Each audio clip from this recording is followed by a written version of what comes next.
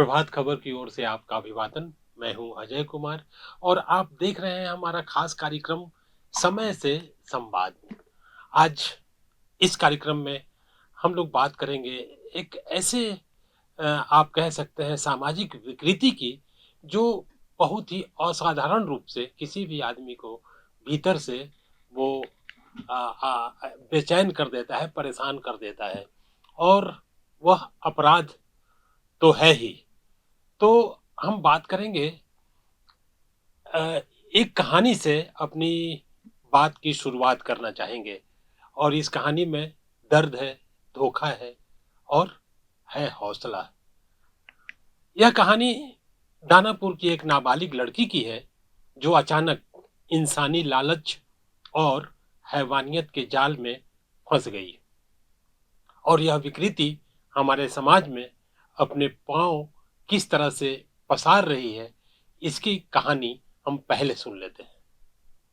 कहानी की शुरुआत 16 मई को पटना से सटे दानापुर की एक नाबालिग लड़की से शुरू होती है। वह लड़की अपने एक दोस्त से मिलने आरा गई थी। आरा स्टेशन पर उसकी मुलाकात सीमा नाम की एक महिला से हुई, जिसने कहा कि वह उसके दोस्त को जानती है। भरोसा जीतकर सीमा उसे अपने घर ले गई, जहां से शुरू हुआ मानव तस्करी का काला खेल। उस नाबालिग को 3 दिनों तक घर में बंदी बनाकर रखा गया। फिर सीमा ने रोहतास के दिनारा में सक्रिय मानव तस्करी गैंग के सरगना से संपर्क किया। सरगना से राजस्थान और मध्य प्रदेश में अपने लोगों से बात की सरगना ने और आखिरकार राजस्थान का एक युवक इस लड़की को खरीदने को तैयार हो गया। इस सौदे में 3.5 लाख रुपए में लड़की को बेचा गया। मध्य प्रदेश के 2 दलाल गौरव और कपिल उस युवक के साथ रोहतास पहुंचे।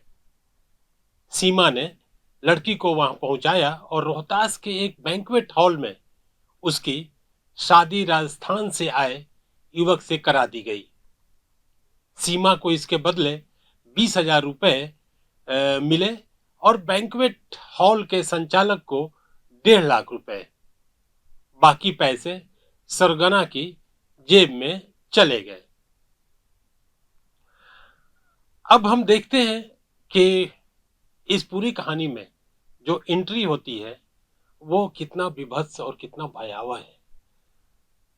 शादी के बाद राजस्थान का युवक लड़की को कोटा ले गया और उसे गलत धंधे में धकेलने की कोशिश की, लेकिन लड़की ने हिम्मत दिखाई और किसी तरह अपने दोस्त को फोन कर पूरी कहानी बता दी। उसने बताया कि उसके साथ क्या कुछ वहां कोटा में चल रहा है।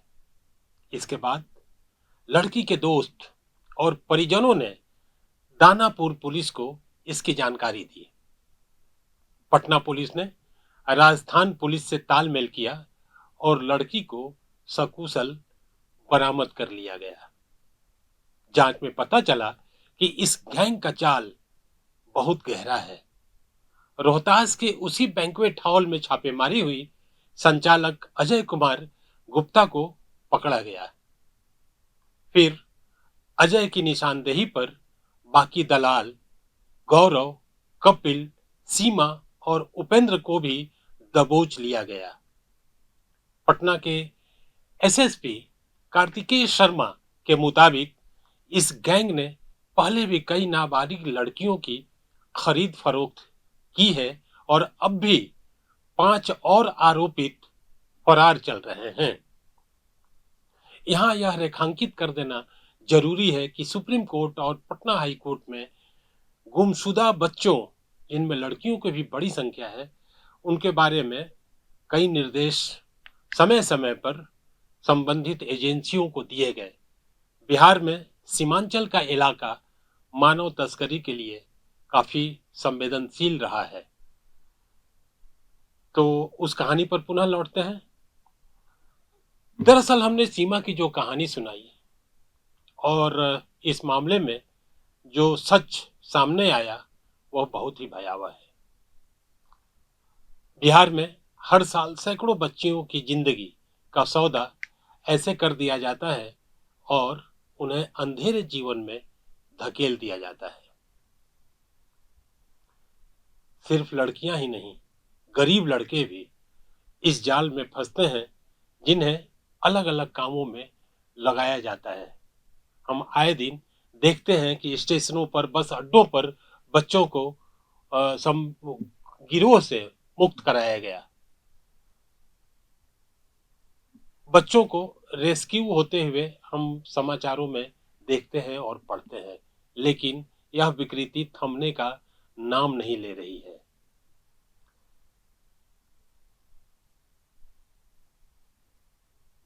सुप्रीम कोर्ट भी इस खतरे को पहचान चुका है और हाल के दिनों में उसने राज्य सरकार को यह निर्देश दिया कि मानव तस्करी से जुड़े हुए मामलों को निपटाने के लिए एक अलग एजेंसी बनाए और उस मामले को तत्काल निपटाने की कोशिश करें। पीड़ितों के लिए व्यापक सुरक्षा प्रोटोकॉल तैयार करें और हर जिले में पर्याप्त संरक्षण गृह व सुधार संस्थान स्थापित किए जाएं। अब बात करते हैं रोहतास की, जहां यह पूरा खेल हुआ। यहां शादी का झांसा देकर लड़कियों का बेचने का धंधा जोरों पर है। हाल ही में जून में भी 2 महिलाओं को ऐसे ही केस में गिरफ्तार किया गया था। एक लड़की को अगवा कर राजस्थान ले जाया गया, पर पुलिस ने भभुआ से ही उसे बरामद कर लिया। जो गिरोह के लोग थे उस लड़की को राजस्थान ले जाने की कोशिश में थे, तभी पुलिस ने उसे भभुआ से पकड़ लिया। तो इस तरह से उसकी आप कह सकते हैं कि जो मुसीबत थी वो टल गई, वो बच गई। इस बीच कुछ ऐसे गैंग तो शादी के नाम पर ठगी कर ही रहे हैं। हाल ही में सासाराम में मध्य प्रदेश के एक व्यक्ति ने केस दर्ज करवाया कि शादी के बाद उसकी दुल्हन लाखों रुपए लेकर फरार हो गई। पुलिस ने जब जांच की तो पता चला दुल्हन फर्जी, पंडित फर्जी, रिश्तेदार भी किराए पर लाए गए थे उस कार्यक्रम में शरीक होने के लिए। तो दोस्तों, आज हम बात कर रहे थे प्रभात खबर के इस खास कार्यक्रम समय से संवाद में जो ह्यूमन ट्रैफिकिंग है, जो मानव तस्करी का जो खेल चल रहा है। हमारे 38 जिलों में से 1 दर्जन से ज्यादा जिले ऐसे हैं जो इस लिहाज से, मानव तस्करी के लिहाज से बेहद संवेदनशील है। हजारों बच्चे गायब हैं, बच्चियां गायब हैं और उनके माता पिता अपने बच्चों का लौटने का इंतजार कर रहे हैं। आप अपने बच्चों पर और इस तरह के गिरोह के बारे में, इस तरह के लोगों के बारे में जैसे ही जानकारी मिले, आप थोड़ा जागरूक हो ताकि आपके बच्चों का जीवन बर्बाद होने से बच सके। तो ये था हमारा खास कार्यक्रम। हम फिर किसी नए मुद्दे को लेकर आपके सामने हाजिर होंगे। तब तक हमें दीजिए इजाजत। खबर.com, विश्वास वही, रफ्तार नहीं।